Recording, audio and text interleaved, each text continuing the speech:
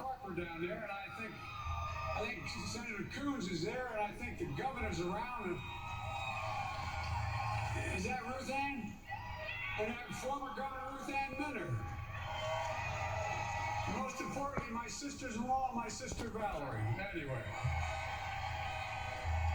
Folks, the people of this nation have spoken. They've delivered us a clear victory, a convincing victory, a victory for we the people. We've won with the most votes ever cast for a presidential ticket in the history of the nation. 74 million.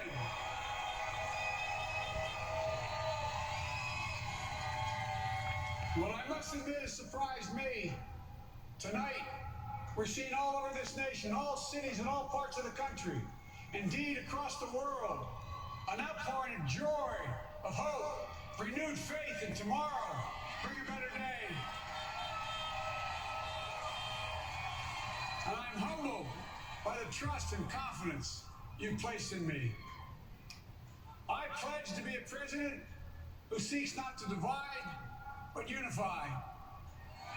Who doesn't see red states and blue states, only sees the United States. And work with all my heart, with the confidence of the whole people, to win the confidence of all of you. And for that is what America, I believe, is about. It's about people. And that's what our administration will be all about. I sought this office to restore the soul of America, to rebuild the backbone of this nation, the middle class, and to make America respected around the world again. And to unite us here at home. It's the honor of my lifetime that so many millions of Americans have voted for that vision. And now, the work of making that vision is real. It's a task, the task of our time. Folks, as I said many times before, I'm Jill's husband. And I would not be here without their love and tireless support of Jill and my son Hunter and Ashley, my daughter, and all our grandchildren and their spouses and all our family. They're my heart. Jill's a mom, a military mom, an educator. She has dedicated her life to education. But teaching isn't just what she does, it's who she is. For American educators, this is a great day for y'all. You're going to have one of your own in the White House. And Jill's going to make a great First Lady. I'm so proud of her.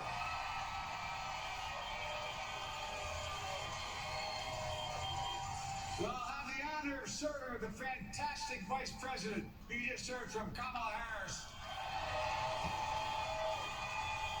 Who makes history as the first woman, first black woman, the first woman from South Asian descent, the first daughter of an immigrant ever elected in this country.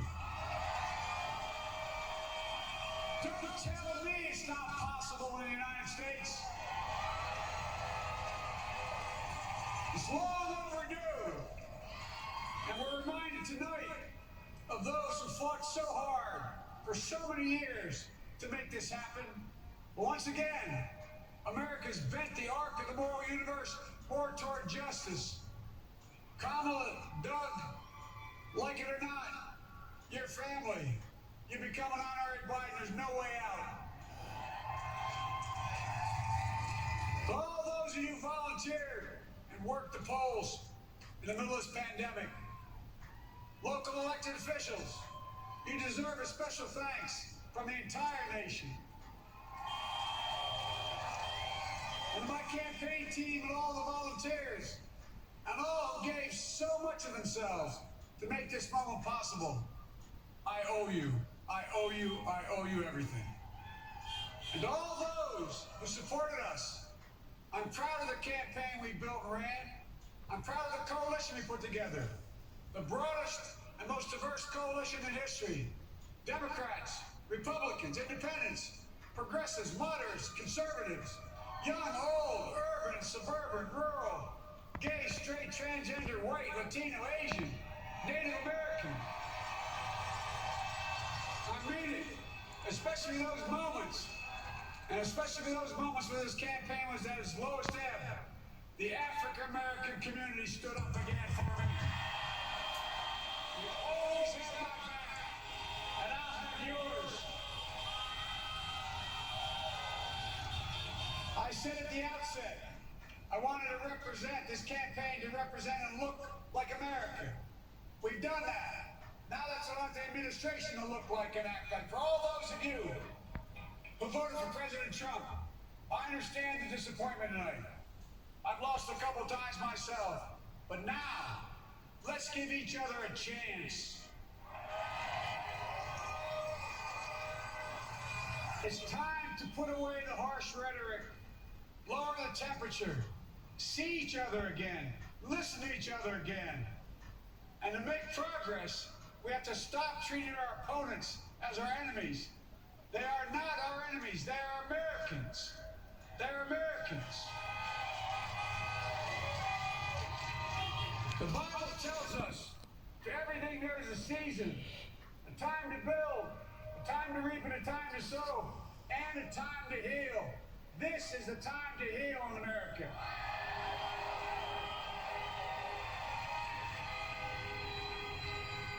Now this campaign is over.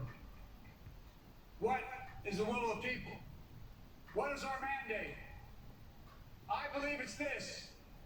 Americans have called upon us to marshal the forces of decency, the forces of fairness, to marshal the forces of science, and the forces of hope in the great battles of our time. The battle to control the virus, the battle to build prosperity, the battle to secure your family's health care, the battle to achieve racial justice and root out systemic racism in this country. And the battle to save our planet by getting climate under control. The battle to restore decency, defend democracy, and give everybody in this country a fair shot. That's all they're asking for, a fair shot. Folks, our work begins with getting COVID under control. We cannot repair the economy, restore our vitality, or relish life's most precious moments, hugging our grandchildren, our children, our birthdays, weddings, graduation, all the moments that matter most to us until we get it under control. On Monday, I will name a group of leading scientists and experts as transition advisors to help take the Biden-Harris COVID plan and convert it into an action blueprint that will start on January the 20th. 2021. That plan will be built on bedrock science, will be constructed out of compassion, empathy, and concern. I will spare no effort, none, or any commitment to turn around this pandemic. Folks, I'm a proud Democrat, but I will govern as an American president. I'll work as hard for those who didn't vote for me as those who did. Let this grim era of demonization in America begin to end here and now.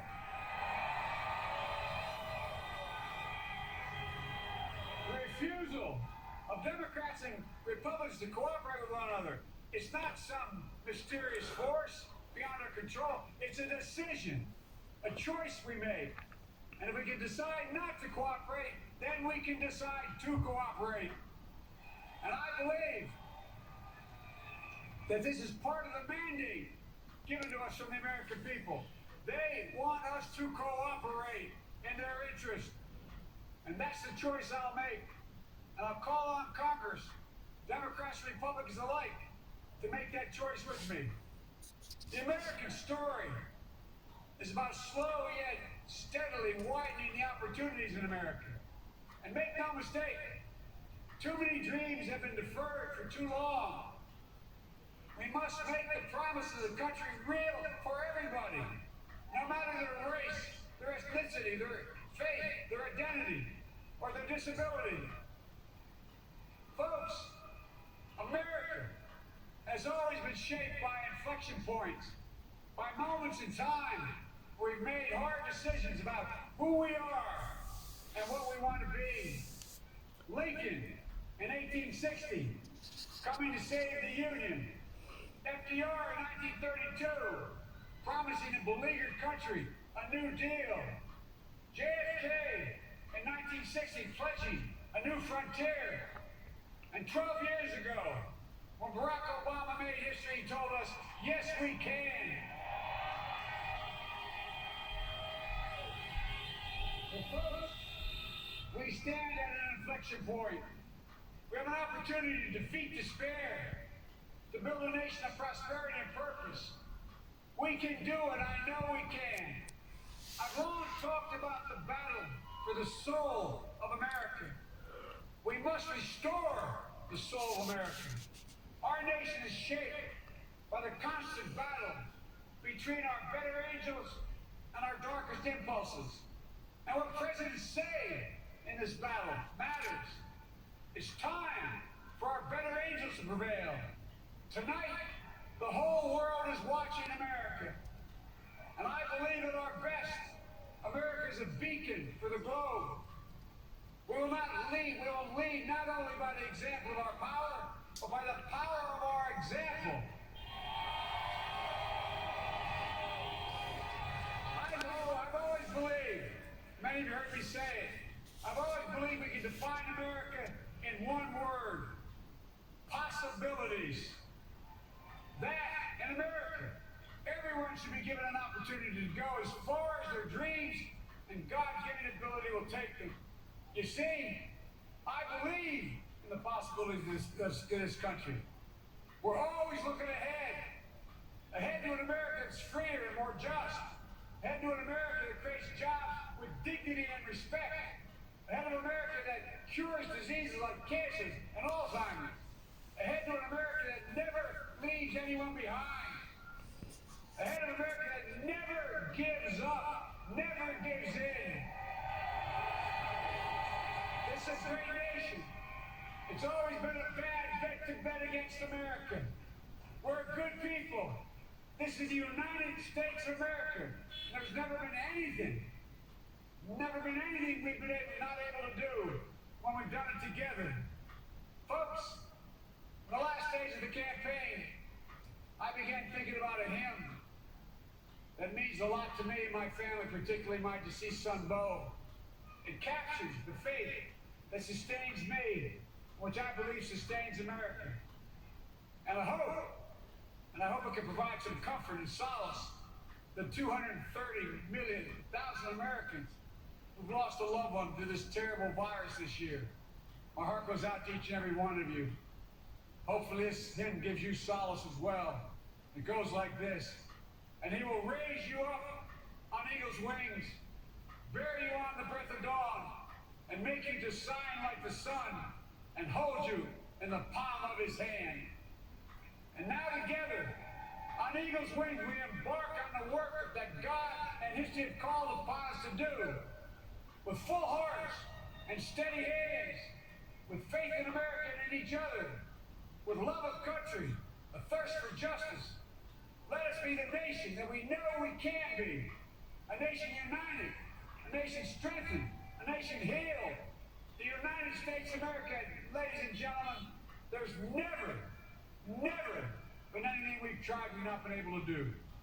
So remember, as our grandpapa used to say when I walked out of his home when I was a kid up in Scranton, he said, "Joey, keep the faith." And our grandmother, when she was alive, she yelled, "No, Joey, spread it. Spread the faith. God love you all. May God bless America, and may God protect our truth." Thank you, thank you, thank you.